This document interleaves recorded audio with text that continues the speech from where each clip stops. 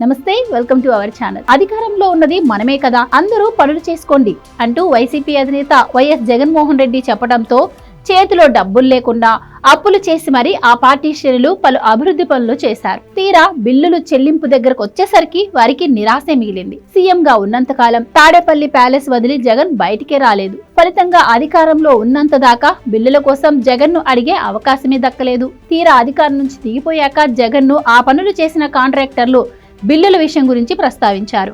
ఈ మాట విన్నంతనే జగన్ స్పందించిన తీరు నిజంగానే వారిని హతాశులను చేసిందనే చెప్పాలి. బిల్లులు ఇవ్వకపోగా బిల్లుల గురించి ప్రస్తావించిన తమపైనే జగన్ అసహనం వ్యక్తం చేస్తే ఎలా అంటూ వారు తీవ్ర ఆవేదనకు గురవుతున్నారు.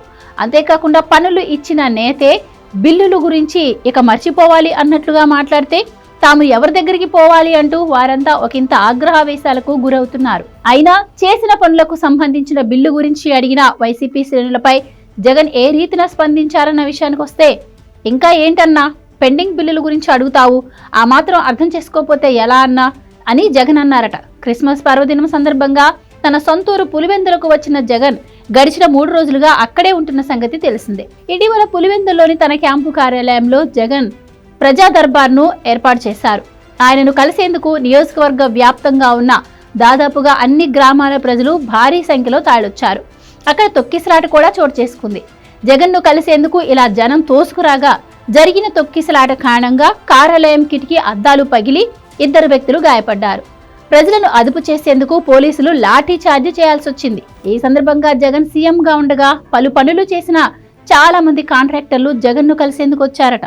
తాము చేసిన పనులకు సంబంధించిన బిల్లులు ఇంకా విడుదల కాలేదన్న విషయాన్ని జగన్ కు చెప్పి ఎలాగోలా బిల్లులు విడుదల చేయించుకోవాలన్న ఆశతో వారు అక్కడికి వచ్చారు. ఈ సందర్భంగా ఓ కాంట్రాక్టర్ జగన్ వద్దకు వచ్చి బిల్లుల గురించి ప్రస్తావించారు.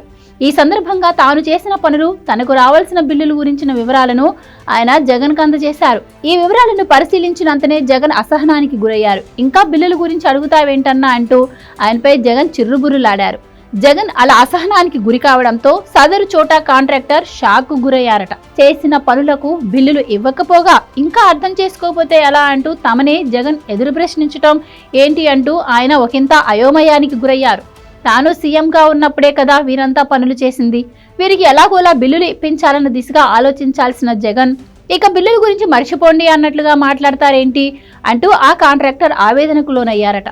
మొత్తంగా తన సొంత పార్టీ శ్రేణులపైన అసహనం వ్యక్తం చేస్తున్న జగన్ వారికి వరుసగా షాకుల మీద షాకులు ఇస్తున్నారు. Please subscribe to Leo news for more videos.